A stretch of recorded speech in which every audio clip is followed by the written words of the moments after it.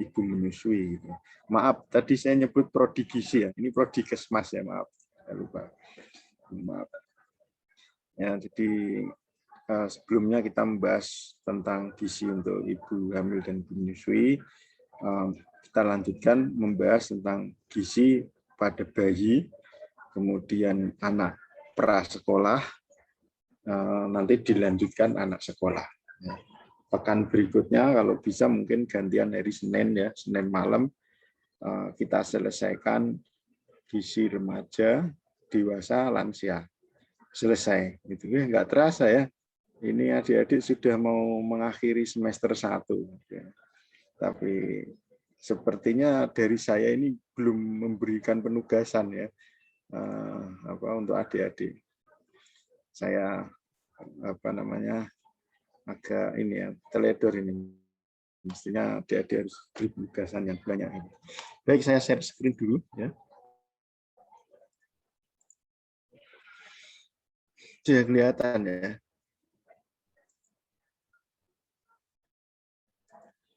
Ya.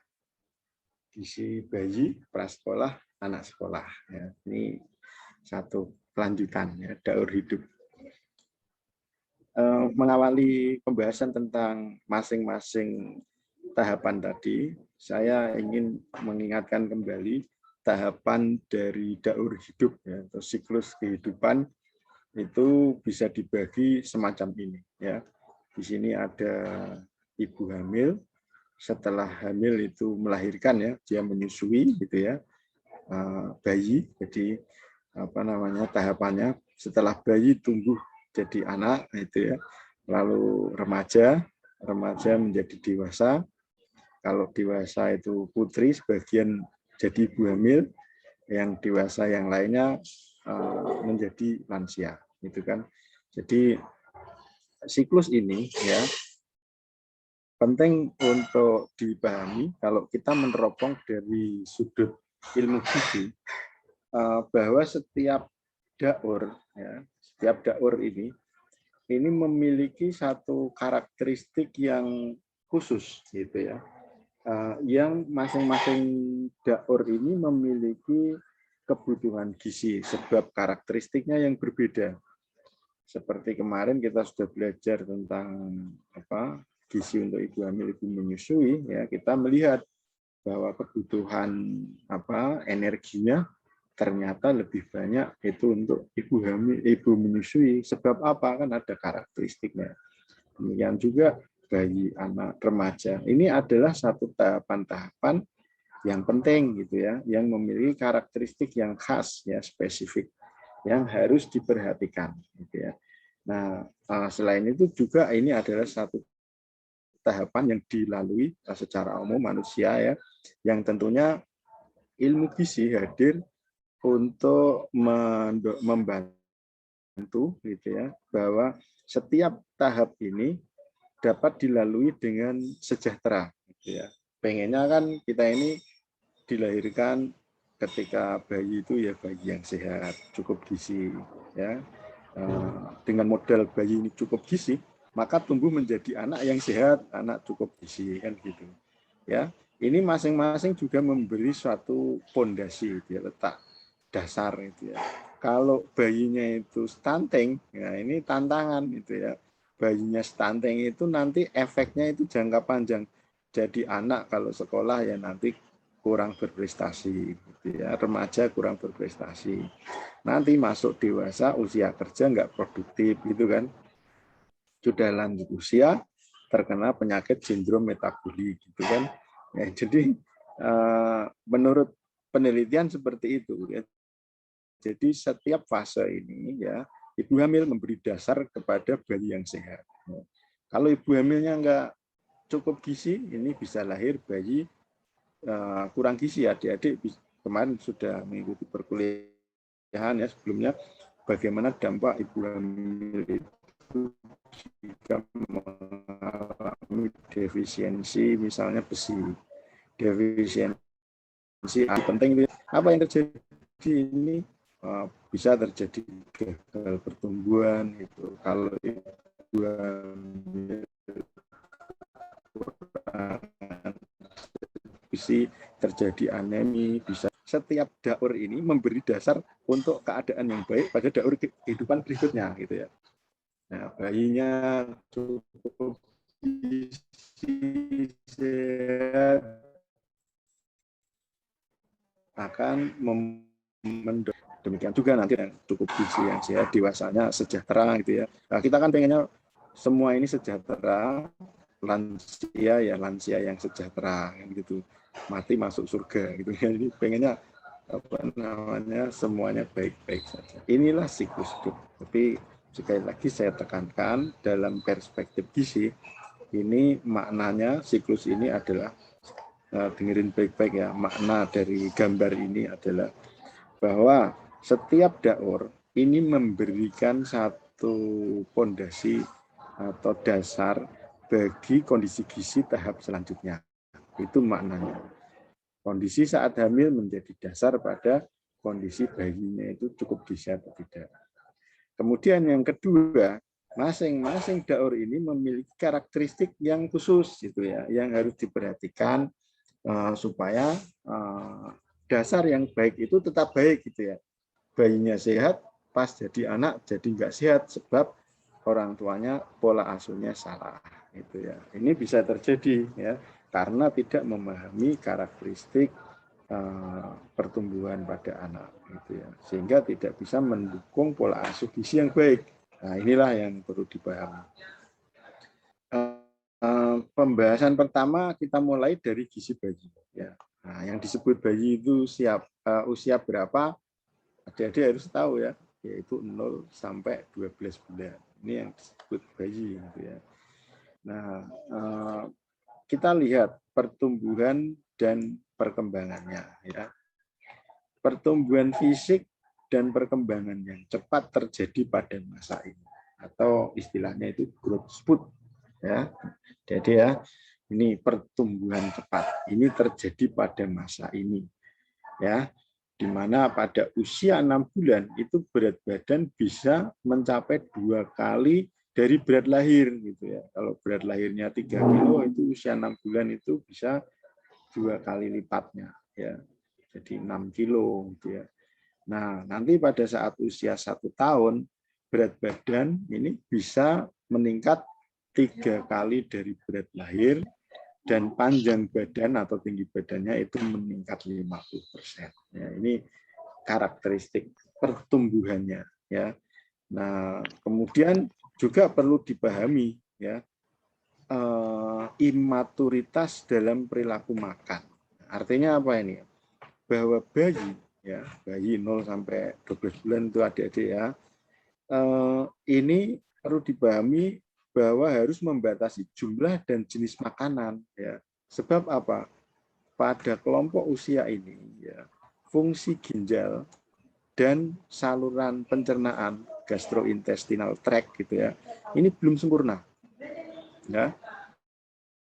Nah, memahami karakteristik ini, pertumbuhannya, kemudian perkembangannya, memahami situasi ini, maka kita harus mendukung dari aspek gizi ya supaya bisa tercapai pertumbuhan yang normal. Kan pengennya normal ya.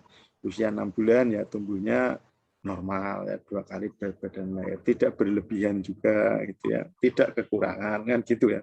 Nah, untuk itu perlu didukung pemahaman gizi yang baik. Oh, kalau begitu untuk mencapai keadaan ini harus bagaimana gitu ya. Apakah makanan apa yang harus diberikan gitu ya. Kalau sebelum 6 bulan itu boleh nggak diberi makanan selain ASI gitu ya. Ini kita ketahui gitu ya. Terus kebiasaan orang tua zaman dahulu gitu ya.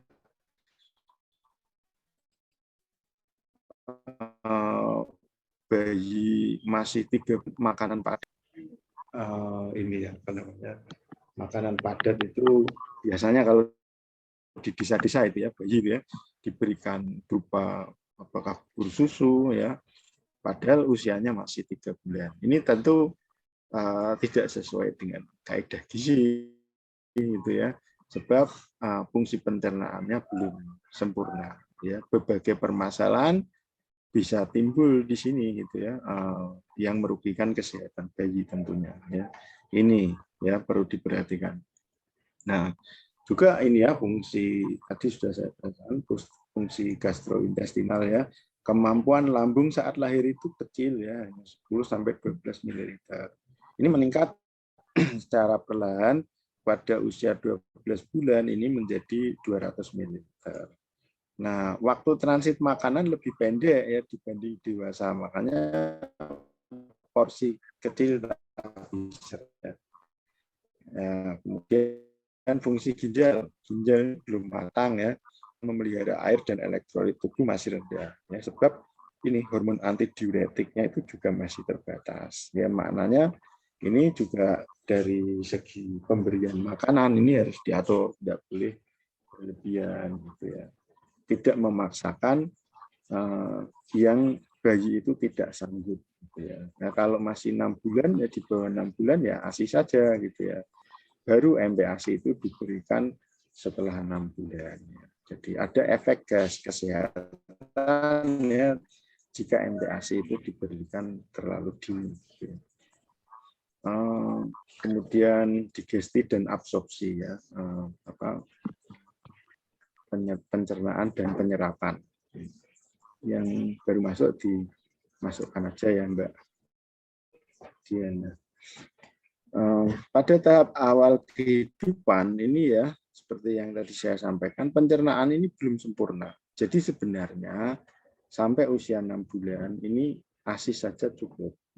Ini sudah diteliti menjadi rekomendasi dari WHO gitu ya. Dahulu kita di Kementerian Kesehatan kita itu ya tahun 90-an itu rekomendasinya masih ASI eksklusif itu 0 sampai 4 bulan, tapi kemudian berubah ya. Tahun berapa saya lupa itu. Ternyata itu cukup sampai 6 bulan. ASI saja gitu ya. Nah, makna ASI eksklusif tentunya teman-teman sudah sering mendengar ya, mahasiswa kesehatan masyarakat masa nggak tahu gitu ya. ASI eksklusif adalah memberikan ASI saja kepada bayi, gitu kan? Nah, kalau sudah dicampuri, diberikan kurma, ya diberikan madu, ya itu tidak eksklusif. Kecuali obat tentunya ya, itu masih eksklusif. Gitu ya. Jadi ASI eksklusif memberikan ASI saja kepada bayi sampai usia 6 bulan. Nah, di pembahasan pekan sebelumnya tentang gizi ibu hamil itu ya, itu juga saya menyinggung itu ya istilah yang kemudian teman-teman harus tahu, yaitu namanya inisiasi menyusu dini ya, singkatannya IMD ya, inisiasi menyusu dini ya. Jadi satu praktek kesehatan yang direkomendasikan oleh WHO di mana bayi dibiarkan mencari puting susu ibunya ya, ada kontak skin to skin gitu ya. Jadi segera setelah lahir itu bayi didekatkan kepada ibunya gitu ya, untuk mendapatkan ASI. Ya. Nanti soal, oh iya kemarin saya kan memberi tugas ya untuk adik-adik mencari video tentang inisiasi menyusu dini gitu ya. Semoga sudah dicari, walaupun tugas ini nggak dikumpulkan, tapi kan tanggung jawab masing-masing untuk meningkatkan wawasannya ya tentang gizi ini ya. Nah, inisiasi menyusu dini itu memberikan modal untuk keberhasilan ASI eksklusif gitu ya. Nah, ini ya kapasitas pencernaan matang hingga umur 1 tahun ya. Jadi pencernaan bayi itu menjadi sempurna paling tidak itu setelah usia 1 tahun. Oleh karena itulah setelah umur 1 tahun ya, anak-anak itu juga kalau sudah 1 tahun kan disebutnya bukan bayi lagi ya, tapi balita gitu ya. Jadi kalau bayi itu 0 sampai 12 bulan gitu ya. Kalau sudah 13 bulan itu istilahnya bukan bayi ya, itu sudah balita di bawah 5 tahun gitu ya. Nah, ini juga jangan diberikan makanan yang konsistensinya itu sama seperti bayi gitu ya. Ini harus diperbaiki gitu ya. Sebab kemampuan pencernaannya juga sudah mulai sempurna, sudah baik itu, sehingga dianjurkan untuk makan seperti makanan keluarga gitu ya. Hanya bedanya ya bumbunya tidak yang merangsang gitu ya, pedas itu yang terlalu merangsang. Stimulasi makanan ini akan merangsang pengeluaran beberapa hormon yang berhubungan dengan mortalitas gastrointestinal ya, perkembangan intestinal dan fungsi pankreas ya. Ini perlu mulai dikenalkan ya. Pertumbuhan lambung dan usus akan meningkatkan kemampuan menangani zat gizi serta tekstur makanan yang dikonsumsi. Ini perubahan proporsi tubuh ya, ini gambarannya ya, dari sejak dijanin itu ya, proporsinya saya lewati saja. Juga komposisi tubuh ya, komposisi tubuh antara 0 sampai 6, kemudian 1 sampai 2 tahun itu mengalami perubahan juga ya.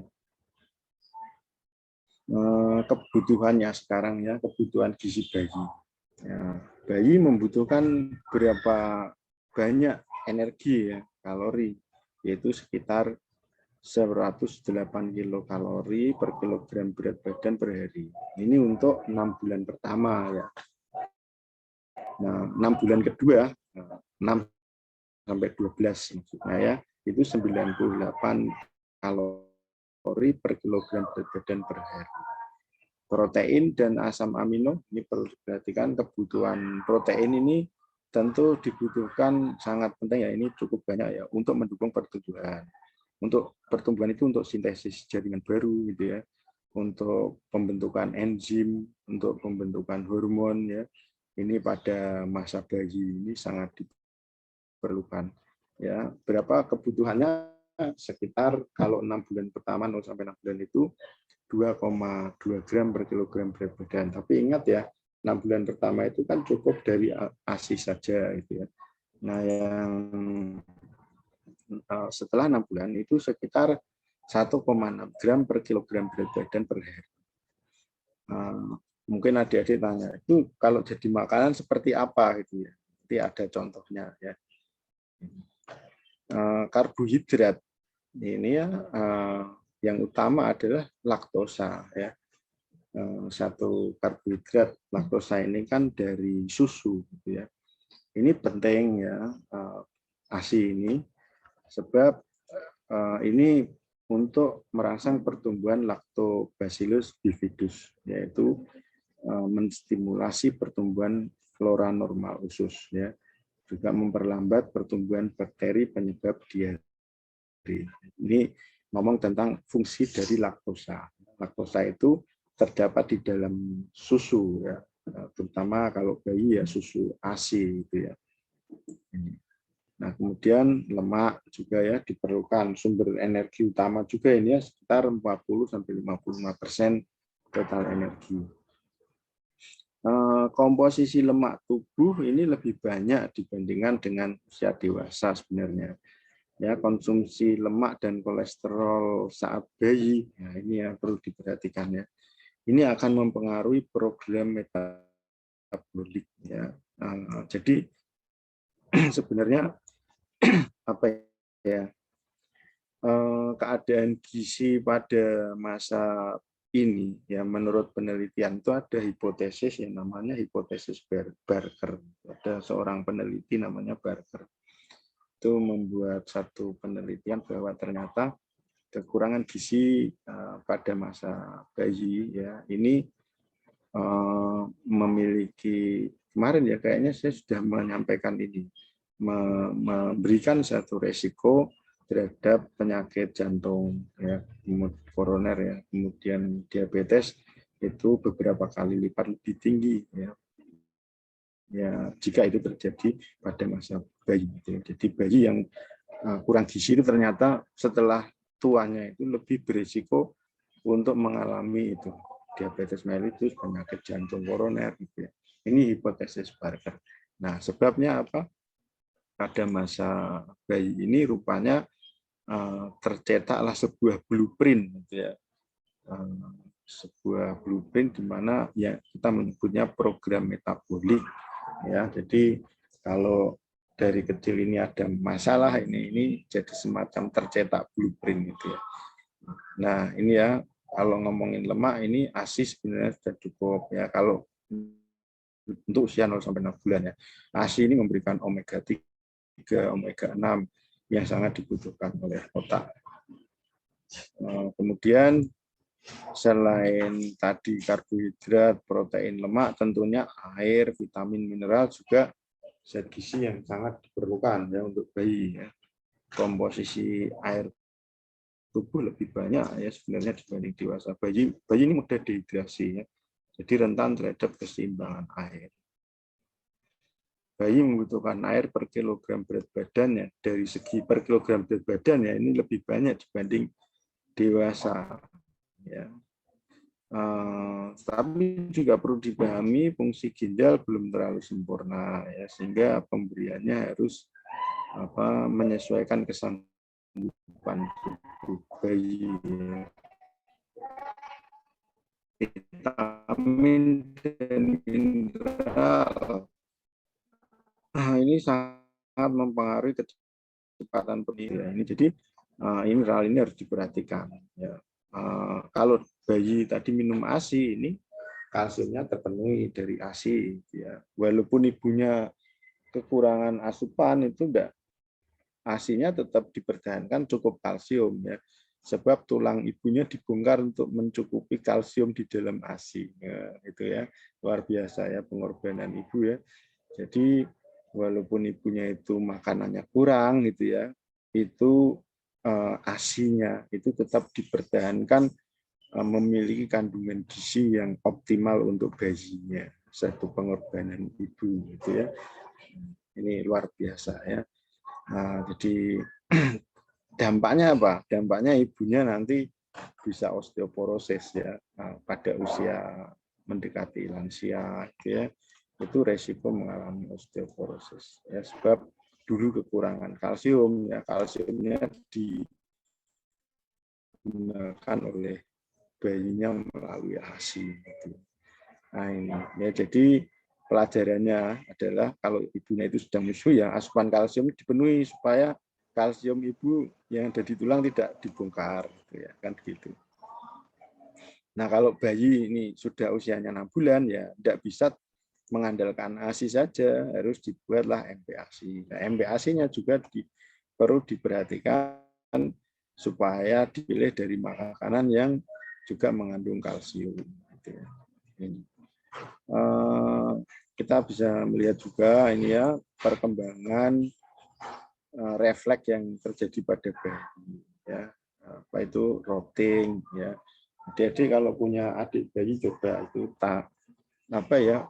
tangannya, jari kita ditempelkan di pipi gitu ya, itu dia kalau bayinya lapar biasanya dia akan mengejar itu jari itu ya, itu tanda ini lapar apa enggak, tempelkan. Kalau dia mengejar itu dikiranya kan itu puting susu gitu ya, ini rotting. Banyak ya refleks yang sudah mulai terbentuk ya, darinya ya, telapak tangan tangannya mengepal dia berenang jika bayi dimasukkan di air gitu ya. Kemudian tonic neck gitu ya, pada posisi ini ya terlentang memutarkan kepala pada satu sisi, tangan dan kaki meregang, tubuh asimetris ya. Ini refleks-refleksnya ya sudah mulai berkembang, banyak yang nanti dibaca sendiri. Berikutnya pertumbuhan dan perkembangan motorik anak. Perkembangan motorik ini merefleksikan kemampuan bayi untuk mengontrol pergerakan otot rangka. Periode kritisnya waktu tertentu pada anak untuk mempelajari keterampilan tertentu agar keterampilan berikutnya dapat muncul. Ini periode kritis ya. Jadi pada usia ini. Prinsip perkembangan motorik anak itu ada dua ya. Cephalocaudal principle, perkembangan dari atas ke bawah, itu mulai menggunakan tubuh bagian atas lebih dulu, baru bagian bawah. Ya, contohnya menggerakkan kepala dulu, ya, baru kaki. Ya, kemudian yang kedua proximodistal principle, itu perkembangan dari dalam atau tengah menuju luar. Contohnya menggerakkan otot bahu dulu, baru otot kanan. Ya, untuk diketahui saja ini apa tahapan-tahapannya. Ya, kalau di KMS itu ada juga ya, di kartu menuju sehat yang punya adik bayi ya, ini tahapannya bisa apa ya. Kalau umur 5 bulan bisa apa, 9 bulan bisa apa gitu ya. Ini yang muncul di iklan TV itu kan ya. Oh ini saatnya imunisasi gitu ya, juga ada iklan itu ya. Apa bahasa Jawanya itu rambatan gitu ya, umur 9 bulan. Jadi di KMS ada ini. Perkembangan motorik bayi ini ya, usia 0 sampai 6 bulan menghisap, 7 sampai 9 bulan mulai mengunyah, menggenggam, 9 sampai 12 bulan mulai memegang, menjepit, mengunyah dengan lebih baik, 6 sampai 8 bulan gigi mulai tumbuh. 1 tahun dapat diberikan makanan. Keluarga ini biasanya mulai berjalan. Biasanya juga keterampilan bicaranya rata-rata hampir bersamaan. Ya. Mulai bisa berbicara gitu ya dengan jelas gitu ya, itu usia ini mulai jalan sambil bicara, walaupun ada yang agak terlambat gitu ya.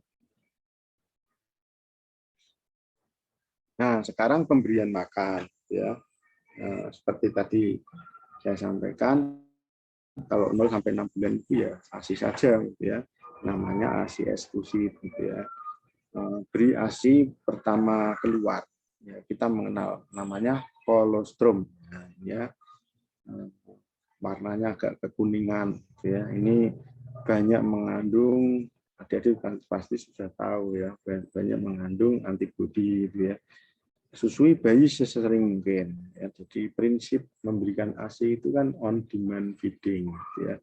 Kalau bayi membutuhkan ya diberikan gitu ya. Susui minimal 8 kali per hari. Ada yang bilang untuk mendisiplinkan di jadwal, ya, tidak juga ya. Tapi jika bayi tidur terus ya, ini ada panduan ya, bangunkan ya setiap lebih dari 3 jam untuk disusui. Ya kalau bisa bergantian antara payudara kiri dan kanan supaya ada ini ya, dipacu ya, dirangsang untuk mensekresikan ASI. Sebab kalau ini tidak disusukan itu ya, juga akan menyebabkan ASI itu berhenti ya, 0 sampai 6 bulan. Nah, setelah itu, setelah umur 6 sampai 9 bulan dilakukan ini terus ya, memberikan ASI ya. Mulai berikan ini gambar aja ini di buku KMS ya ada ya. Mulai berikan makanan pendamping ASI. Nah, ini ada istilah ya MPASI. Jadi ada istilah ASI, ada istilah MPASI, makanan pendamping ASI. Berikan MPASI secara bertahap sesuai umur ya. Umur 6 bulan ini bisa diberikan bubur susu ya. Dengan takaran ini 3 sendok makan pagi dan sore. 7 bulan ya masih konsistensinya sama dengan bubur susu, hanya jumlahnya ditingkatkan. 8 bulan ini mulai agak ditingkatkan konsistensinya. Kalau tadi kan lumat, ini namanya konsistensi lumat gitu ya. Nah, kemudian 8 bulan ini mulai bubur tim, lumat itu ya, mulai agak ditingkatkan ya. Berikan makanan selingan 2 kali per hari ya. Bubur kacang hijau, pisang, biskuit, nagasari, kue lain. 6 sampai 9. Ya, ini ada pesan ya. Jangan gunakan peralatan dari plastik dan melamin. Kalian pasti tahu ya sebagai mahasiswa Kesmas, apalagi kalau sudah belajar tentang dasar dasar kesling, dasar kesehatan lingkungan gitu ya. Itu bagaimana dampak penggunaan plastik gitu ya.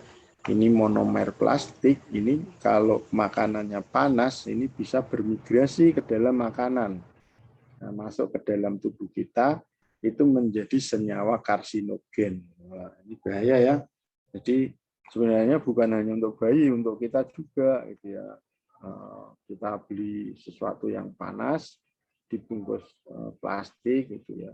Yang sering kan adik-adik mungkin di bakso panas ya, dibungkus plastik. Nah, ini juga perlu dipastikan ya pembungkusnya itu food grade atau tidak gitu ya. Karena tadi ya bahan plastik itu monomernya itu bisa bermigrasi ke dalam makanan ya, di mana kalau itu terkonsumsi maka itu bisa menjadi senyawa karsinogenik, senyawa yang memicu pertumbuhan sel kanker ya. Ini bubur susu ya.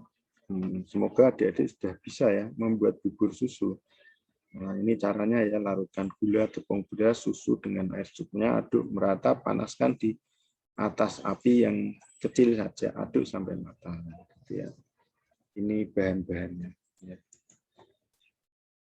Umur 9 sampai 12 bulan ASI tetap diberikan ya, kan ASI dianjurkan ya sampai usia 2 tahun ya, itu diberikan. Tapi MPASI-nya jangan lupa.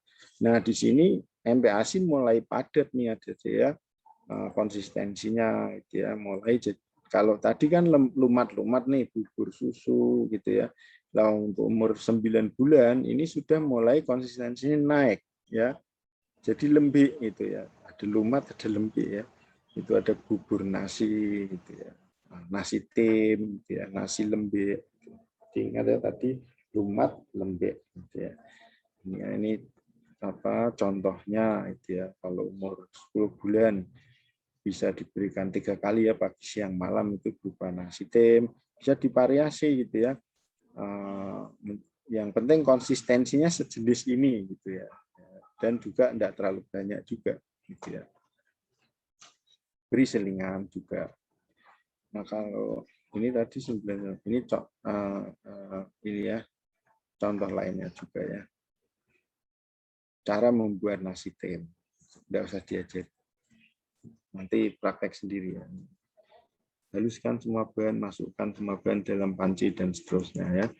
Ini nasi tim, belajar sendiri di rumah ya. Bisa menggunakan bahan tempe, bisa ditambahkan sumber protein hewani itu ya, bisa ya, dicincang, dihaluskan ya, untuk memudahkan. Ya. Berikutnya indeks pengukuran status gizi bayi ya. Nah, bayi harus dipantau ya, monitor ya, berat badan menurut umur. Ini kalau di KMS nih, adik-adik ini berat badan menurut umur ya. Itu biasanya di KMS itu kan ada tiap bulan tuh ya, bulan apa ini ya, di datanya, dicocokkan dengan grafiknya. Masuk garis bawah merah apa enggak gitu ya. Ini BB per U biasanya. Tapi bisa juga sebenarnya dengan TB per U, BB per TB, IMT menurut umur ya. Ini soal indeks ini adik-adik bisa baca di Permenkes nomor 2 tahun 2020. Selanjutnya kita pindah ke gizi prasekolah. Ya, kalau tadi gizi bayi ya. Gizi bayi, sekarang gizi prasekolah. Kalau ada yang mau tanya nggak apa-apa ya. Gizi prasekolah itu sebelum sekolah ya, 1-6 tahun. Prinsip-prinsipnya ini yang coba kita cermati ya. Kalau tadi bayi itu growth spurt ya, pertumbuhan cepat ya. Nah, kalau pada masa ini kecepatan pertumbuhannya menurun gitu ya, menurun. Jadi adik-adik kita perlu memperhatikan bahwa tadi karakteristik growth spurt pada bayi itu tentunya harus dijadikan satu pedoman bagi orang tua dalam memberikan pola asuh. Kalau mau memberikan dasar gizi yang bagus ya, investasi gizi saatnya di sini. Pengen anaknya tinggi badannya optimal gitu ya. Ya ini di sini saatnya, saat bayi ini diberikan gizi yang memadai. Nanti setelah usia prasekolah sudah tadi 1-6 tahun itu ya, itu mengalami perlambatan. Tapi ingat, nanti naik lagi. Jadi masa growth spurt itu ada dua, bayi, nanti satu lagi di masa remaja. Ya, jadi ada dua kali. Jadi besok pas masa remaja kita tentukan masa growth spurtnya itu. Kemudian prinsip berikutnya pada prasekolah ini 1-6 tahun perkembangan motorik meningkat pesat. Biasanya anak-anak jadi susah makan gitu ya, karena lebih tertarik pada aktivitas. Ya. Makanya sering sampai disuapi sambil main. Gitu. Di sini mulai berbicara, berjalan, eksplorasi lingkungan, ya, artikulasi perasaan. Ini kemampuan ini tergantung pada perkembangan otak, genetik, lingkungan, stimulasi, dan tentu saja adalah dukungan dari gizi. Ini yang perlu diperhatikan. Nah, pertumbuhannya bagaimana?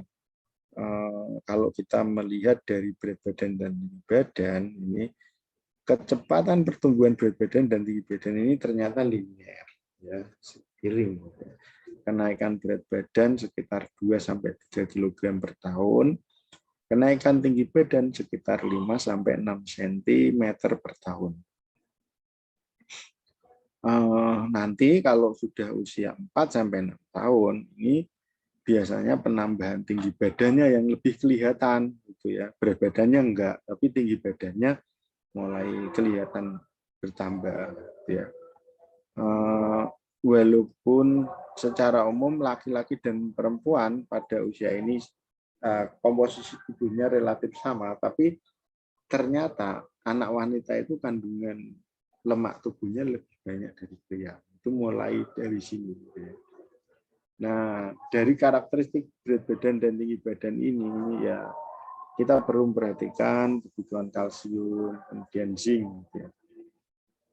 Proporsi tubuh berubah-ubah dari bayi hingga dewasa. Ya, kalau kita melihat dari janin itu bagian mana yang lebih besar kepalanya, gitu ya. Setelah lahir itu menjadi lebih proporsional sampai kita melihat bentuk setelah dewasa seperti itu kan proporsinya berubah. Ya. Proporsi kepala turun, panjang kaki meningkat, gitu ya. Ini kalau dilihat karakteristiknya. Komposisi tubuh, ya, persen massa otot per kilogram berat badan meningkat, persen lemaknya turun, persen cairan turun, cairan ekstrasel turun, intrasel meningkat, ya, karena untuk pertumbuhan sel baru. Anak wanita mempunyai lemak lebih banyak. Organ dan jaringan, pola pertumbuhan organ jaringan ini berbeda setiap organ dan jaringan. Pertumbuhan otak ini mencapai 70% saat 2 tahun dan hampir 100% pada 5 tahun. Nah, ini adik-adik ya. Jadi karena karakteristik pertumbuhan otak ini tercapai pada usia ini ya 2-5 tahun. Ini optimal ya. Maka pada usia ini harus dipastikan nutrisi-nutrisi penting ya untuk pertumbuhan otak ini harus dipenuhi. Terutama adalah ya protein. Mereka juga perlu lemak. Lemak itu kan growth hormone, hormon pertumbuhan ya. Zat besi, ya, ini perlu diperhatikan. Pertumbuhan tulang itu ya. Ini. Nah ini adik-adik, ini adalah pola pertumbuhan anak. Coba kita belajar mencermati grafik ini, ya. Ini figur atau gambar ini adalah merefleksikan growth rate dari bagian-bagian tubuh yang berbeda, ya. Kalau kita lihat di sini ya, ini pertumbuhan otak ya. Ini tubuh, ini kemampuan organ reproduksi, pertumbuhan organ reproduksi. Ya ternyata ya pertumbuhan otak itu terjadi ini. Ini kan ini persen ini ya. Oh, jadi ternyata antara 2 sampai 6 tahun ini ya. Ini mencapai optimalnya di sini ya.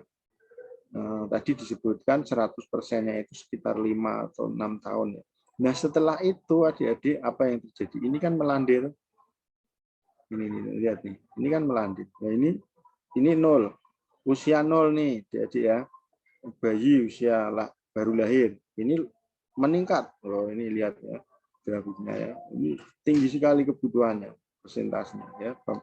Nah, tapi nanti setelah tercapai umur sekitar 6 tahun ini melandai. Artinya apa? Ini pada usia ini treatment gizi sangat diperlukan untuk mendukung pertumbuhan otak yang optimal. Ya. Nah, kalau kita lihat karakteristik pertumbuhan organ reproduksi, ini tidak seperti itu. Organ reproduksi itu akan optimal itu ketika anak itu mulai usia ini. Ya, ini start 12 ini. 10, 12 ini kan nanjak ini. Persentasenya tinggi. Nah, inilah yang namanya maturitas. Ini nanti pada saat gizi remaja ini dibahas. Biasanya perempuan itu lebih awal gitu ya. Ya dibanding laki-laki. Ya, jadi kalau kita ngomongin gizi ya, nutrisi-nutrisi penting untuk mendukung pertumbuhan organ reproduksi ini juga harus diperhatikan pada masa ini ya. Berarti ini pada masa apa? Pada masa remaja. Ini kan remaja. Ya, jadi itu kalau kita baca figur ini. Keterampilan motoriknya bagaimana? Motorik kasar meningkat sangat pesat. Ini tadi masih prasekolah ya. Motorik halus dan koordinasi mata dan tangan mulai berkembang. Handedness ya. Mungkin ada juga di sini yang mempunyai kecenderungan itu ya. Kidal apa biasanya kayak kidal gitu ya. Ini mulai usia 3 tahun mulai tampak itu. Pertumbuhan artistik. Nah, jadi jangan marah ya ke adik-adik usia 2 tahun itu scribble gitu ya. Tulisannya kayak ceker ayam gitu ya. Jadi biasanya pada usia ini prasekolah ini kalau rumah tangga punya anak prasekolah itu dindingnya nggak aman dari coretan. Ya itu wajar itu ya. Jangan dimarahi itu ya. Nanti kalau umurnya 3 tahun ini gambar bentuk dasar dan mulai kelihatan. 5 tahun sudah mulai jelas. Ya mungkin yang punya adik tahu ya, dindingnya itu coret-coret kayak jelas gitu ya. Ini karakteristiknya. Keterampilan makannya bagaimana? Usia 1 sampai 3 tahun. Ini mereka mulai belajar makan sendiri, dapat mengenal lebih baik, gerakan lidah mulai berputar, dapat menggunakan alat makan walaupun belum sempurna. Ya. Nah, aturan sederhana untuk takaran saji 1 sendok makan sesuai dengan tahunnya. Contoh anak usia 2 tahun, maka takaran saji per kali makan sekitar 2 sendok makan. Umur 3 tahun berarti 3 sendok makan. Lebih baik memberikan porsi kecil dan dapat ditambah sesuai keinginan anak. Ketertarikan terhadap makanan menurun akibat laju pertumbuhan yang mulai menurun. Ya. Nanti laju pertumbuhan naik lagi saat remaja. Kalau usia 3 sampai 6 tahun bagaimana? Ya. Dapat menggunakan alat makan, minum dengan lebih baik. Ya, sebaiknya didudukkan secara nyaman gitu ya. Selera makan meningkat kembali ya, oleh karena terjadinya pacu tumbuh. Ya, growth spurt ini mulai growth spurt ya, 6 tahun tapi ya. Senang membantu orang di sekitar. Ya, nah ini fase yang tepat untuk mengenalkan tentang makanan. Jadi pendidikan gizi itu ya, ini termasuk juga mengenalkan aneka jenis makanan. Coba saya tanya di sini, ada nggak yang nggak suka makan ikan? Mungkin ada ya. Nah, mungkin ada yang nggak suka makan daging. Sebenarnya itu terjadi karena pembentukan perilaku ya pada masa ini. Anak itu jadi doyan apa enggak doyan itu di sini. Ya, kenapa orang Indonesia itu makanannya itu apa ya berbumbunya itu merangsang. Kalau menurut orang Eropa itu kita makan makanannya orang Eropa, makanan kok hambar itu kan kebiasaan itu kan gitu ya. Ini bagian dari pendidikan gizi. Ya. Secara alamiah memiliki kemampuan mengontrol asupan energi, menyebabkan variasi selera makanan. Saat makan seringkali menjadi arena perang. Jangan memaksakan jumlah makanan yang harus dimakan oleh anak ya. Jangan mengiming-imingi anak ya dengan convenience food ya sebagai hadiah. Buat porsi makan semenarik mungkin dan tidak berlebihan ya. Mengenai cara trik untuk meningkatkan asupan sesuai kebutuhan pada usia ini bisa berbeda-beda antara satu anak dan yang lainnya ya. Pola dan selera makan ya, kita tahu ya bahwa ternyata sejak usia ini juga food preferensi itu sudah ada. Kalau bayi enggak gitu. Kalau bayi itu kan preferensinya preferensi siapa? Ibunya gitu ya. MPASI itu ibunya. Jadi ASI ya kan standar. Nah, tapi kalau sudah usia prasekolah ini mulailah ada food preferensi, menyukai jenis tertentu yang cita rasanya tertentu, warnanya gitu ya. Nah, tapi perlu diperhatikan ya, jangan kemudian kalau kesukaan itu menyebabkan kelebihan konsumsi satu jenis, ya. Misalnya susu aja gitu ya. Nah, sehingga kekurangan jenis pangan lain gitu ya. Ini harus dihindari juga ya. Frekuensi makan itu bisa 3 kali per hari, ya. Bisa juga 5-7. Porsi kecil tapi sering gitu ya. Usia 2-4 tahun ini masa tersulit ya biasanya gitu ya. 4-6 tahun kesukaran makan mulai diatasi. Nah, snack ini juga bagian penting ini. Snack ini ya, ukuran sesuaikan dengan ukuran lambung. Jika tidak benar memilih snack, ini ya resiko overweight dan obesitas. Dan dia sudah kalau usia 3, 4, 5 itu sudah tahu ada orang jualan gitu ya, mau beli jajan gitu ya. Porsi makan anak 1-3 tahun, makan pokok 3 porsi, sayur 2 porsi, buah 2 porsi, lauk hewani 2 porsi, nabati 1 porsi, air putih 6-8 gelas. Ini anak 1-3 tahun. Nah, pertanyaannya satu porsinya berapa? Ya, ini adik-adik juga harus tahu. Coba nanti kita lihat ya. Makan pokok 3 porsi. Ini anak 1-3 tahun. Lah satu porsinya berapa? Ini ya kita lihat. Kalau 4-6 tahun ini porsinya. Ini. Ya. Ini yang perlu dihafal. Hafal ya. Satu porsi nasi itu sekitar 1 piring sedang. Ya. Itu beratnya 100 gram. Ya. Nah, kalau saya nggak mau memberi nasi, boleh nggak diganti roti? Boleh, itu kan. Ya, tadi saya kembalikan ini. Perhatikan baik-baik. Ini misalnya umur ini 4-6 tahun. Makan pokok 4 kali, 4 porsi. Ini ya, 4 porsi ya. 4 porsi. Kita lihat. Kalau misalnya mau diberikan nasi 4 porsi, satu porsinya itu 100 gram nasi. Ya. Boleh nggak diganti roti? Boleh. Gitu ya, kan. Misal kalau digantinya roti tawar itu sekitar 2/80 gram. Boleh diganti dengan mie kering. Mie kering itu satu porsinya 50 gram. Artinya 50 gram mie kering, 80 gram roti tawar, itu kandungan gizinya itu setara dengan 100 gram nasi. Itu yang disebut porsi gitu ya.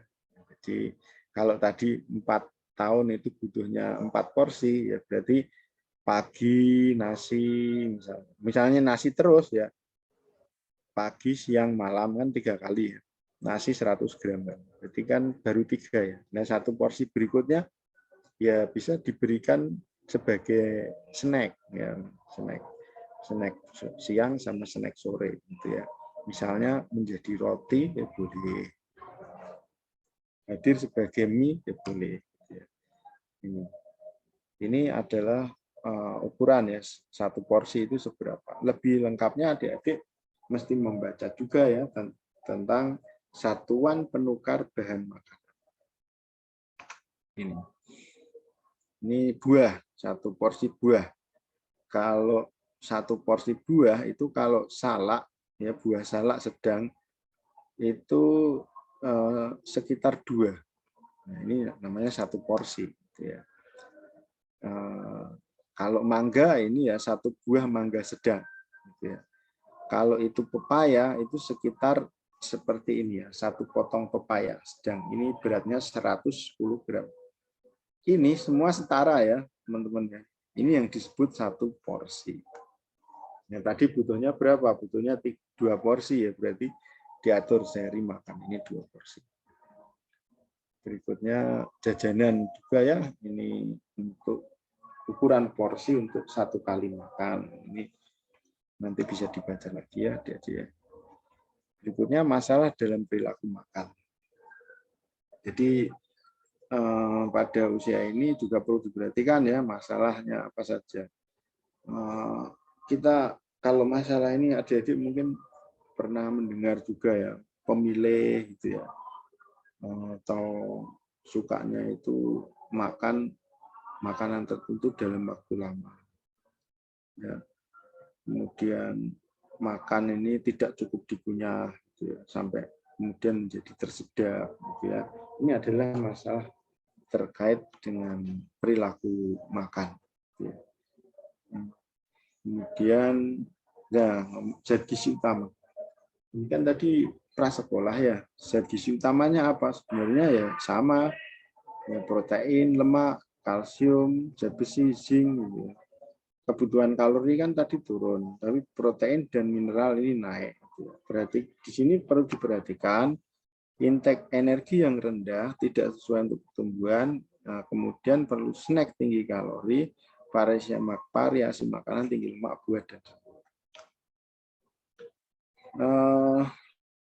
cara mengestimasi kecukupan gizi anak melalui perhitungan konsumsi makan atau melalui pengukuran status gizi. Jadi adik-adik, itulah pentingnya anak prasekolah ya, balita itu ditimbang secara rutin di posyandu ya. Kalau hasil timbangannya itu menunjukkan grafiknya itu normal, maka itu sudah menandakan bahwa pola asuhnya mendekati sesuai kebutuhannya ya.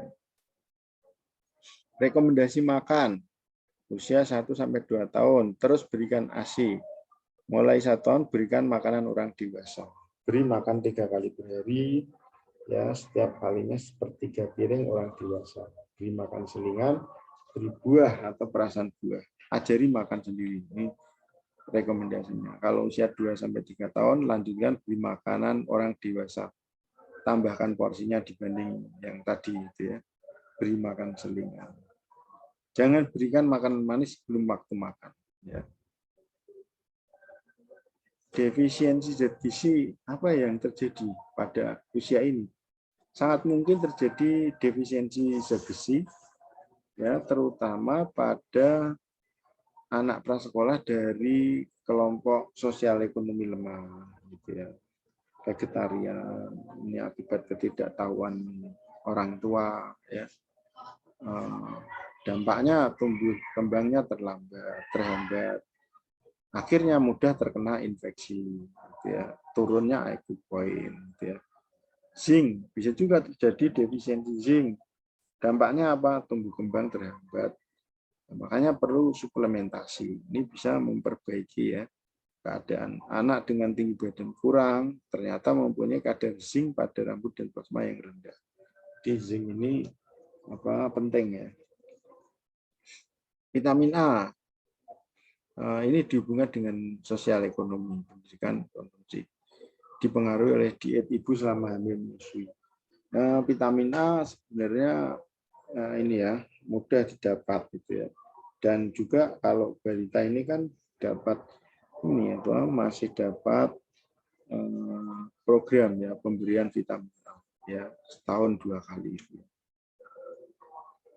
Vitamin C bisa juga ya defisiensi vitamin C akibat tidak suka makan sayur, yodium gitu ya. Terutama pada anak yang tinggal di daerah endemik gondoflor, ini meningkatkan karies gigi gitu ya, bisa jadi. Kekurangan energi protein ya, ini ada kwashiorkor marasmus. Dulu waktu pelajaran pertama ya gizi dasar itu yang materi tentang zat gizi makro ini pernah disinggung. Kalau kwashiorkor itu kurang protein, marasmus itu kurang kalori ya. umumnya kalau kwashiorkor terjadi pada usia 1-4 tahun setelah disapih. Jadi adik-adik banyak masalah gizi kurang itu terjadi setelah anak-anak tidak minum ASI. Gitu ya. Kemudian saya lanjutkan kelebihan zat gizi. Ya. Selain masalah kekurangan, kelebihan juga bisa ya terjadi kegemukan, obesitas. Ini misalnya ini ya MPASI terlalu dini, ya, junk food, kemudian kurang aktivitas ini pada masa ini. Alergi ya disebabkan karena makanan tertentu ya. Banyak ya permasalahan lead toxicity sering kali disebabkan oleh polusi udara, cat, pemberian susu dosis tinggi kalsium menurunkan absorpsi logam ya termasuk logam ya mineral kelumit itu kan logam sebenarnya ya. Kesehatan gigi dan mulut, karies gigi. Ini kalau ngomongin karies ini ada dikaitkan dengan kontribusi dari makanan-makanan yang merupakan sumber karbohidrat ya. Apalagi tidak menggosok gigi ya itu jadi akhirnya terjadilah karies. Makanya dianjurkan untuk tidak makan sebelum tidur ya.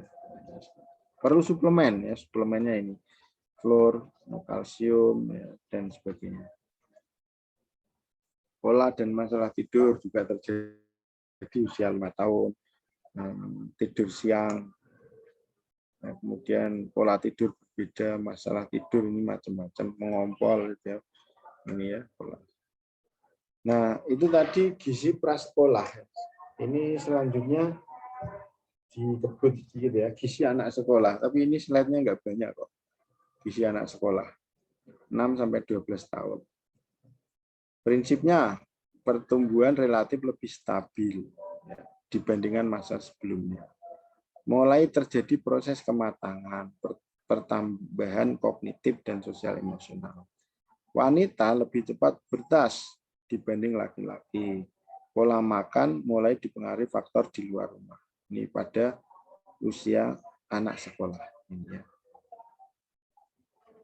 Masalah gizi yang dihadapi apa? Ya, secara umum masalah gizi di Indonesia ya, anemia gizi besi, GAGI, KEP, obesitas, gitu ya. Ini suplemen ini rutin ya, tidak perlu pada anak yang sehat. Namun direkomendasikan pada anak tertentu. Suplemen tidak perlu ya. Kemudian konsumsi ini faktor yang mempengaruhi konsumsi. Nah, ini pada anak sekolah ini ya, keluarga, teman sebaya, media. Mungkin kalian kalau punya adik itu adiknya termakan iklan gitu ya, untuk mengkonsumsi makanan tertentu. Terjadi konflik dalam diri tentang bentuk tubuh, body image, gitu ya. Frekuensi makan bisa 4-5 kali per hari. Perhatikan konsumsi ini ya. Kalau bukan sekarang bukan hanya di perkotaan saja, tapi di pedesaan juga cenderung tinggi gula, rendah sayur dan buah. Coba Anda perhatikan bisnis menggiurkan itu jualan minuman manis itu ya di toko-toko itu ya, itu apa namanya merusak bangsa kita itu sebenarnya. Berapa banyak itu anak-anak jajan itu, berapa kali sehari minum itu manis itu. Ini apa sebagai sebuah negara kita apa ya terancam ini sebenarnya ya. Berapa resiko yang akan ditimbulkan dari penjualan itu terhadap kesehatan penduduk kita 30-40 tahun yang akan datang. Ya, coba Anda perhatikan anak-anak kecil itu jajan itu minuman manis itu ya. Nah ini harus perhatikan itu karena anjuran kita itu kan kalau anak remaja itu ya itu maksimal itu sehari 3 sendok makan gula. Kalau dia minum teh botol itu misalnya itu manis-manis berapa kali itu. Nah, ini juga satu tantangan gitu ya. Ini apa tinggi gula gitu ya. Nah, kalau di pedesaan itu ini sebenarnya bukan karakteristik pedesaan saja ya, tapi terutama sosial ekonomi lemah gitu ya. Itu rendah protein ya, tapi tinggi karbohidrat. Ya, jadi tidak seimbang gitu ya isu-isunya ya. Ini angka kecukupan gizinya ya, sebenarnya ada yang baru ini. Ini baca aja ini, kalau usia segini ini berat badan sekian, kebutuhan energinya sekian. Gitu ya. Kita lihat ya ini. Kemudian ini rekomendasi aktivitas fisik. Jadi aktivitas fisik ini kalau ngomong gizi untuk anak sekolah ini aktivitas fisik ini penting gitu ya. Kurangi ini waktu screen time gitu ya. Nah, berapa banyak ya, apalagi ini pembelajaran daring gitu ya. Jadi seperti kita ini nggak boleh lama-lama kita ini, nggak boleh lama-lama. Kalau lama kita terpapar ini ya, pas waktu screen time kita terlalu tinggi, nggak sehat juga. Ini duduk, kita posisikan duduk ini berapa menit ini. Ya, jadi kalau pakai beberapa perangkat yang jam pintar itu ya, itu ada ini notifikasi Anda telah duduk lebih dari 30 menit. Ya. Kita diminta untuk bergerak gitu ya. Masalah gizi yang sering muncul ya, pada kelompok anak sekolah ini ada defisiensi besi, cacingan. Ya. Cacingan ini nanti berakibat antara lain adalah defisiensi besi, gitu ya. Karies gigi, overweight, obesitas. Gejala sindrom metabolik dini. Ini sekarang yang terakhir ini sekarang mulai muncul, gitu ya. Ini masalah-masalah anak sekolah, gitu ya. Overweight, obesitas ini sekarang ini mulai meningkat, gitu ya. Defisiensi besi, makanya sekarang ada program remaja itu diberikan preparat besi atau zat besi. Dulu adik-adik waktu SMA dapat nggak? Ini kalau SMA-nya setelah 2015 mestinya dapat. Itu program kan 2015. Yaitu ada program pemberian tablet tambah darah bagi remaja putri. Nah, ini slide terakhir ini. Promosi gizi disesuaikan dengan masalah gizi ya. Sehat, konsumsi seimbang ya. Nah, di sini perlu screening ya. Screening gizi ya. Nah, kalau bisa berbasis sekolah ini lebih bagus lagi. Ini ada beberapa hal yang sifatnya ini ya, untuk pengetahuan ya tentang gizi pada kelompok bayi. Ya, lagi ada ganti KLC kan tadi pagi. Cuman ini biasa dosen. Nah. Ya. Mbaknya ada namanya belum daftarin aku laku. Enggak ada. Yaudah, pakai nomor ya. Aja kan. Ada yang mau didiskusikan teman-teman? Saya udah ngomong agak lama ya ini. Oh, 1 jam lebih ya. Pantasan sudah mulai haus ya. Nah, silakan, ada yang mau disampaikan enggak?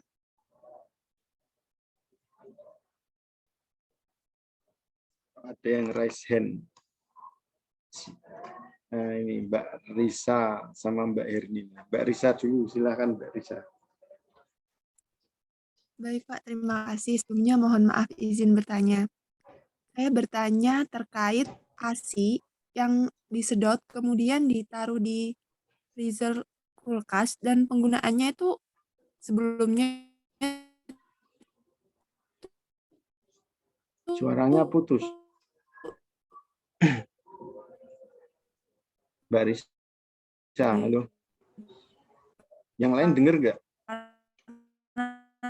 Putus-putus Bapak. Putus ya, tapi kita sudah bisa nangkap. Mbak Risa suaranya putus. Itu yang saya lihat dari saudara, baik, apakah perlu diulang atau ditulis di room? Ya, enggak apa-apa ditulis, tapi tadi nangkap ya. Ini teman-teman juga mendengar dengan terputus-putus ya suaranya Mbak Risa. Tadi Mbak Risa tampaknya menyinggung tentang ASI ya, kalau itu dipompa terus disimpan di dalam pendingin gitu ya. Tapi setelah itu sudah enggak dengar lagi saya itu. Tapi saya menerka pertanyaannya itu bagaimana gitu ya, apakah mungkin ya, Mbak Risa katanya menulis di kolom chat gitu ya. Kalau itu yang dimaksud itu ya, pertama bahwa apa ya, masyarakat kita ya, terutama pada akhir-akhir ini ya, abad ini ya, 2 abad terakhir ini ya, ini masyarakat kita ini kan beralih gitu ya, menjadi, kalau dulu ibu-ibu itu ibu rumah tangga murni gitu ya, sekarang banyak yang bekerja gitu ya, sehingga mengakibatkan dari aktivitas pekerjaannya itu tidak bisa memberikan ASI secara langsung. Kalau ditanya yang terbaik itu yang seperti apa? Yang terbaik itu ya, oh ini sudah nulis Mbak Risa, terkait ASI yang disedot dan ditaruh di kulkas, terus dipanaskan itu gimana ya? Baik apa tidak? Apakah mempengaruhi gizi pada masa pertumbuhan anak? Nah, oke. Jadi sudah bisa ditangkap ya. Bisa ulangi lagi. Memang saat ini ya, semakin banyak ibu-ibu yang tidak tidak hanya beraktivitas di rumah tapi juga berkarya, kerja gitu ya. Sehingga tidak bisa memberikan ASI-nya secara langsung gitu ya. Apalagi juga banyak industri yang belum menerapkan regulasi tentang pemberian cuti gitu ya. Nah, ini sehingga menimbulkan satu inovasi, inovasi terkait dengan menyusui ini ya, antara lain adalah memompa ASI, kemudian ASI-nya itu disimpan di dalam pendingin itu supaya pada saat anaknya butuh itu bisa digunakan ya. Karena ibunya juga ketika bekerja itu ketika tidak dipompa itu akan secara psikologis ibu juga menderita ya, itu ya, tidak bagus juga untuk kesehatan payudaranya ya, bisa menimbulkan peradangan gitu ya, sehingga harus dipompa gitu ya, kemudian disimpan. Kalau pertanyaannya itu dari segi gizi bagaimana, itu tidak masalah gitu ya, tidak mengurangi manfaat dari gizinya kan, sepanjang penyimpanannya itu baik ya, segera dibekukan. Makanya di beberapa institusi itu ya, itu menyediakan ruang sendiri ya, ruang laktasi, pojok laktasi gitu ya. Kalau perusahaannya itu bagus itu ya, ada pojok laktasi. Jadi ada ruang untuk memompa ASI-nya. Kemudian biasanya ibu itu membawa perangkat sendiri yang di dalamnya ada ice pack-nya gitu ya. Jadi supaya ASI yang sudah dipompa itu tetap di dalam suhu yang aman gitu ya. Mungkin kalau di situ ada refrigerator itu ya bisa disimpan di situ gitu ya. Setelah itu kalau mau menggunakan bisa dihangatkan gitu ya. Dihangatkan ada caranya sendiri gitu ya. Itu secara gizi yang saya baca baik-baik saja gitu ya. Walaupun kalau ditanya yang paling ideal, ya yang paling ideal itu ya memberikan langsung ya dari payudara ibunya gitu ya. Tapi pada situasi tertentu ya namanya inovasi ya enggak apa-apa. Lebih baik daripada anaknya mendapatkan susu formula gitu ya. Nah, penggunaannya bagaimana? Berarti penggunaannya pakai DOT gitu ya, pakai botol susu gitu ya. Nah, di sini tentunya perlu diperhatikan ya. Selain aspek gizi itu kan aspek higienisnya gitu ya. Seringkali bayi itu mengalami episode diare itu sebab penggunaan botol yaitu yang tidak higienis gitu ya. Kan ada aturannya itu bagaimana sterilisasinya gitu ya. Kalau kita memberikan susu melalui botol DOT itu ya, itu harus punya sejumlah minimal berapa kan begitu ya. Jadi harus sudah disterilkan kan begitu. Jadi praktek yang tidak higienis meskipun kandungan gizinya baik ya, akhirnya nanti terjadi pertumbuhan mikroba itu ya yang patogen apalagi gitu kan, itu merugikan anak. Makanya episode diare itu banyak terjadi pada balita yang mendapatkan susu diberikan dengan botol gitu kan, akibat praktek yang tidak higienis itu. Nah ini. Tapi mengenai kandungan gizinya sepanjang itu disimpan dengan baik itu ya, disajikan dengan higienis ya, aman-aman saja. Bahkan beberapa referensi menyebutkan itu kalau masuk pendingin itu bisa digunakan untuk beberapa waktu yang cukup lama. Nah, gitu. Jadi itu ya Mbak Risa, kita cukup prihatin dengan situasi di Indonesia ini, di mana banyak perusahaan atau institusi yang belum terlalu peduli gitu ya. Pertama hak cutinya itu ya, hak melahirkan itu ya, cuti itu sering juga masih diabaikan. Kemudian fasilitas pojok laktasi itu ya, malah perusahaan yang baik itu memberikan jasa layanan antar ASI gitu ya. Nah, ini saya jadi ingat ya, dulu itu saya punya mahasiswa bimbingan membuat PKM itu ini apa, PKM tahu ya, program kreativitas mahasiswa itu ya, itu dia membuat gagasan ini apa, antar jemput ASI itu apa namanya ya, jadi kayak delivery gitu ya. Nah, ini lolos itu didanai, bagus juga ya, apa idenya bagus itu. Jadi membantu mendistribusikan ASI jika ibunya bekerja, ke mengirimkan ASI ya kepada bayi jika ibunya bekerja, tepat waktu gitu ya. Demikian ya Mbak Risa. Yang lain ini Mbak Hernina ya, silakan Mbak Hernina. Saya izin bertanya Pak, mungkin ini tidak sepenuhnya terkait dengan gizi, namun ketika ada ibu yang terkena COVID, positif COVID, lalu anaknya itu ternyata negatif COVID. Nah, namun anaknya ini usianya di bawah 6 bulan, mungkin sekitar 3 bulan, itu kan harus mendapatkan ASI eksklusif, dan saya baca sebaiknya tidak mendapatkan makanan atau pendamping apapun selain vitamin dan mineral ya Pak, selain obat juga.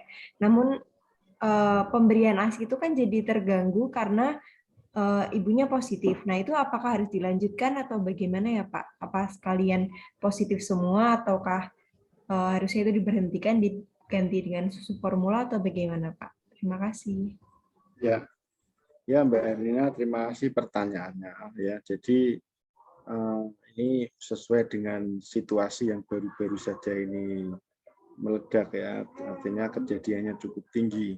Ibu menyusui yang terinfeksi COVID-19 itu ya, bagaimana apakah ASI-nya tetap diberikan? Yang pertama bahwa memberikan ASI secara eksklusif ini memang paling ideal, tetapi ada kondisi-kondisi tertentu yang malah sebaiknya ASI itu tidak diberikan. Sebenarnya bukan hanya pada kondisi terinfeksi COVID gitu ya. Ada penyakit-penyakit lain yang juga malah diwajibkan ya untuk tidak diberikan, seperti ibunya itu mengalami terinfeksi HIV gitu ya. Itu jelas tidak boleh gitu ya. Apalagi kalau setelah diperiksa bayinya itu negatif, tidak terinfeksi, ibunya positif, ya nggak boleh diberikan. Jadi ada kondisi-kondisi di mana ASI itu sebaiknya tidak diberikan ya. Kalau ternyata diberikan itu memberikan satu risiko kesehatan yang tinggi gitu ya kepada bayinya, maka tidak dianjurkan diberikan, malah tidak boleh gitu ya. Nah, tentu saja pada situasi seperti ini ya bayi bisa diberikan makanan atau diberikan susu formula gitu ya, yang menggantikan. Makanya susu formula itu bukan sesuatu yang haram gitu ya, bukan sesuatu yang nggak boleh ya. Kenapa kok ada susu formula? Itu kan ada peruntukannya, penggunaannya. Bahkan susu formula itu ada klasifikasinya sendiri-sendiri ya. Nanti kalau ada kesempatan itu kita belajar itu ya. Kalau itu bayinya itu lahir prematur, itu ada formulanya sendiri. Formula untuk low birth weight gitu ya, LBW gitu. Itu ada formulanya sendiri. Formula misalnya gini, dia bayi lahir tidak cukup bulan, BBLR ya, rendah sekali itu. Ibunya meninggal, gimana kan? Berarti butuh tuh formula LBW tadi, low birth weight gitu ya. Ini nanti setelah itu ada formula infant formula. infant formula ada pembagiannya lagi gitu ya. Nah, ini pada kondisi tertentu infant formula ini direkomendasikan gitu ya. Seperti pada ibu yang terinfeksi COVID itu kan tentunya kita harus melindungi bayinya supaya terhindar dari infeksi. Nah, setelah nanti ibunya dinyatakan negatif atau sudah sembuh gitu ya, maka dia bisa kembali untuk memberikan ASI-nya ya. Nah, dianjurkan juga si ibu ini tetap untuk memompa ASI-nya, sebab kalau tidak dipompa nanti ini ya terjadi produksi ASI-nya itu bisa berhenti. Produksi ASI itu kan akibat refleks itu ya, menghisap bayi itu ya, kemudian dikirim rangsang ke hipotalamus itu ya, let down refleks kemarin kan ya, ini kan jadi harus diperhatikan itu. Begitu ya Mbak Hernina. Terima kasih. Terima kasih Pak atas jawabannya. Ya, Mbak Stevi Yuhana.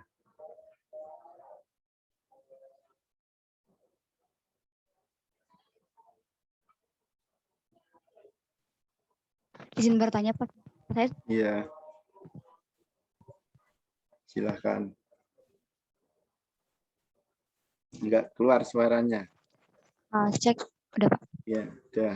Saya pernah dengar pada kondisi di mana ibu yang baru melahirkan anak itu, yang saya tahu sih kemarin melahirkannya sesar gitu Pak. Terus ASI-nya seret gitu Pak. Udah minum ASI booster juga tetap ASI-nya nggak keluar. Gitu Pak, kalau untuk bayi yang dilahirkan oleh ibu yang mengalami kondisi seperti itu sebaiknya bayinya langsung diberi susu formula atau mending nggak usah, atau saya juga pernah dengar Pak kalau misalkan ada bayi yang kalau misalkan ibunya punya masalah ASI seperti itu malah nyusunya ke orang lain seperti itu Pak. Atau mungkin emang harus langsung diberi susu formula Pak, karena tadi juga Bapak bilang kalau susu formula itu bisa diberikan di kondisi-kondisi tertentu ya Pak. Seperti itu Pak kira-kira. Terima kasih Pak. Ya, baik. Ini satu permasalahan umum gitu ya.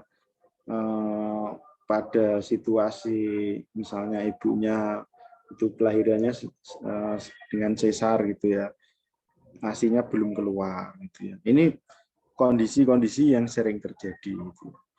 Pertama, bahwa memang setelah melahirkan itu ASI itu nggak mudah keluar gitu ya, nggak mudah keluar. Makanya terutama pada persalinan yang pertama kali itu ya, itu memang demikian ya, nggak mudah keluar.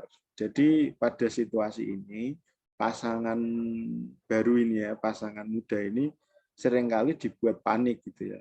Biasanya si perawatnya atau bidannya itu akan mengatakan, Pak, Bu, ya Bapak, biasanya ibunya kan masih sakit ya, ini bayinya nangis gitu ya, ASI-nya belum keluar gitu ya.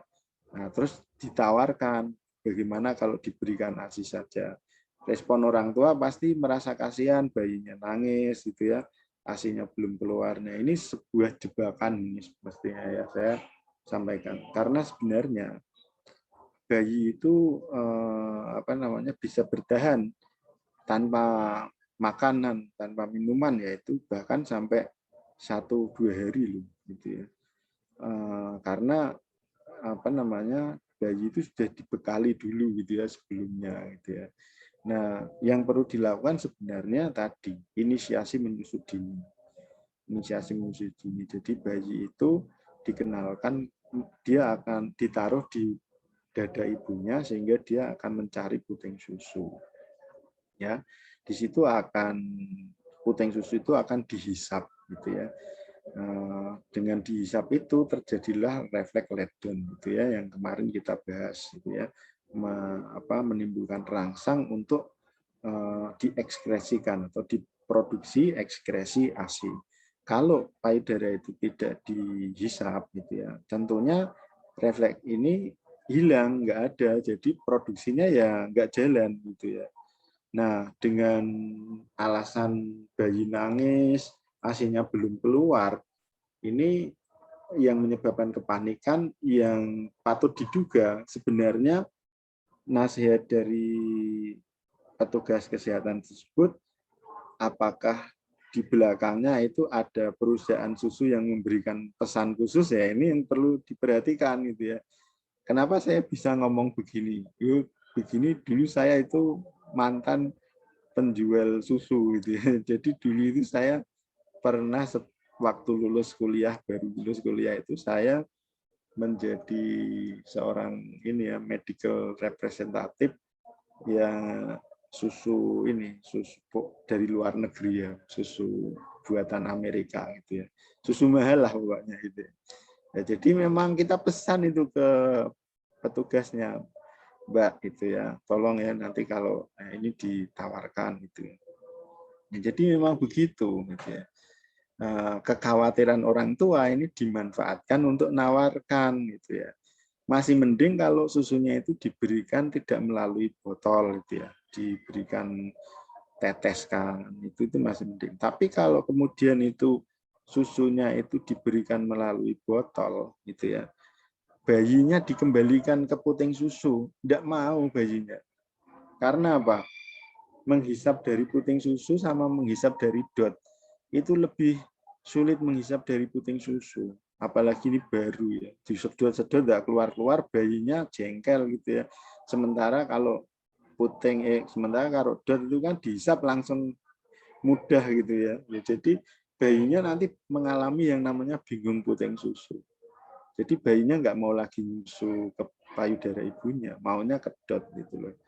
Nah, jadi syaratnya adalah bagi pasangan muda itu ya, pada kondisi apapun perlu diingatin ya. Nanti kalau masuk misalnya persalinan di rumah sakit ini ya, datang sebelum persalinan itu ngomong dulu sama petugasnya itu, Mbak itu ya, tolong nanti kalau setelah melahirkan saya mau ASI eksklusif gitu ya. Jadi patut diduga mereka yang menawarkan itu sebelumnya pernah menerima bujukan dari perusahaan susu. Saya bisa berbicara karena saya juga melakukan dulu itu ya. Pernah melakukan itu di bisnis itu gitu ya. Nah, ini saya jadi cerita ya. Dulu itu begini. Saya itu jualan susu ya, masuk rumah sakit tuh. Semua itu kayak ilmunya setan aja itu ya. Jadi dokter anaknya didekati gitu ya. Bidan perawatnya didekati gitu ya, susunya masuk ke rumah sakit gratis. Itu nanti kalau ada yang diberikan gitu ya, kita bisa ngasih semacam penghargaan gitu ya, penghargaan kepada petugas-petugas itu gitu ya. Nah, jadi apa ya, alasan ASI belum keluar, bayinya nangis itu alasan klasik Mbak gitu ya. Ya yang paling penting diusahakan bayinya tetap makanya tadi IMD, inisiasi menyusui dini, bayinya didekatkan di dada ibunya biar dia mencari puting susunya, biar dihisap gitu loh. Biar payudaranya terangsang untuk mensekresikan ASI itu. Kalau nggak dihisap ya sudah alamat nggak tambah keluar gitu. Gitu ya Mbak ya. Jawabannya. Nah, indikasi yang membolehkan untuk tidak diberikan ASI itu kan ada juga ya. Misalnya ibunya memiliki satu penyakit yang berisiko untuk menularkan kepada bayinya. Itu jelas jangan ya. Yang kedua, kelainan anatomi ya. Kelainan anatomi itu misalnya payudaranya tenggelam. Itu kan ada itu. Itu juga nggak memungkinkan. Nah, itu formula boleh gitu ya. Kemudian juga indikasi-indikasi lain, bayi ibunya meninggal, kan mau tidak mau harus dicari sumber lain, ya. Mau itu disusukan ke orang lain, mau itu pakai formula, itu kan suatu kondisi yang nggak dapat dihindari, gitu ya. Itu diperbolehkan. Makanya ada formula itu. Formula itu kan disiapkan untuk kondisi-kondisi khusus, gitu ya. Tapi ternyata itu dimanfaatkan secara tidak semestinya sehingga penggunaan susu formula itu menjadi besar gitu ya. Ya antara lain kontribusi dari petugas kesehatannya yang kurang percaya juga gitu ya. Saya itu dulu datang ke beberapa puskesmas itu banyak itu bidan yang nggak percaya kepada IMD. Apa iya IMD itu penting gitu. ya masih meragukan gitu ya. Nah, gimana kalau petugasnya nggak percaya gitu ya. Jadi pesan saya ini untuk semua teman-teman muda ini ya, besok pengalaman kalau istrinya melahirkan datang ke rumah sakit, pesen dulu, Mbak, saya mau anak saya nanti ASI eksklusif. Nah, gitu pesennya. Ya, nanti tidak akan ditawar-tawari, gitu ya. Akan didukung supaya ASI eksklusif. Gitu ya Mbak Stevi, semoga memberikan satu wawasan ya baru. Ya. Terima kasih. Baik Bapak, terima kasih Pak. Yang lain?